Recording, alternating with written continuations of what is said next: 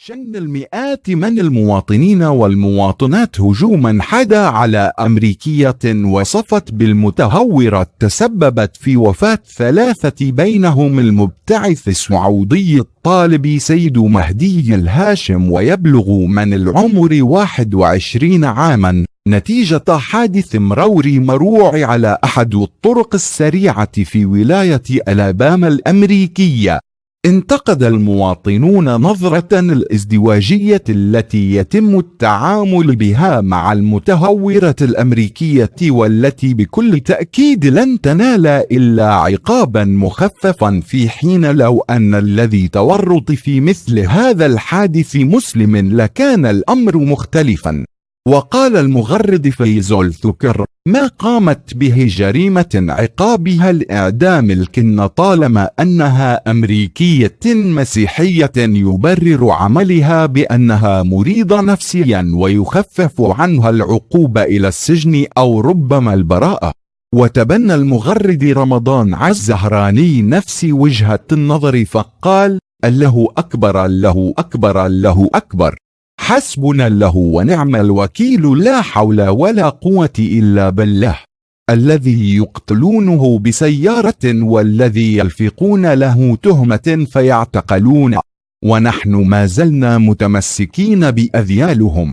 ورأت المغردة صابح حساب شروق الشمس يعزز الأمل أن وصف المتهور أقل مما يجب أن توصف به، فعلقت قائلة: بل لا مجرمة وليست متهورة.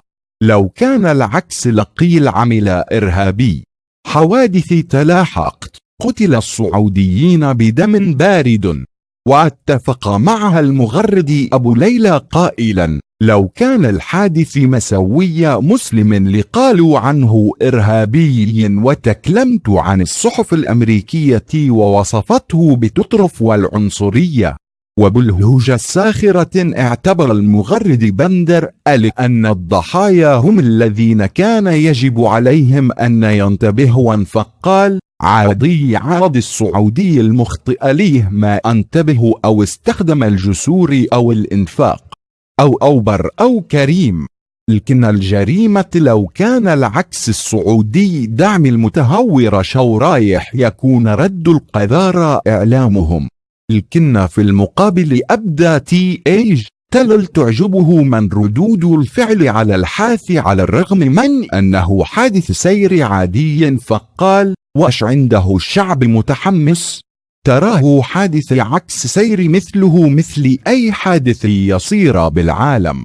شن المئات من المواطنين والمواطنات هجوما حدا على أمريكية وصفت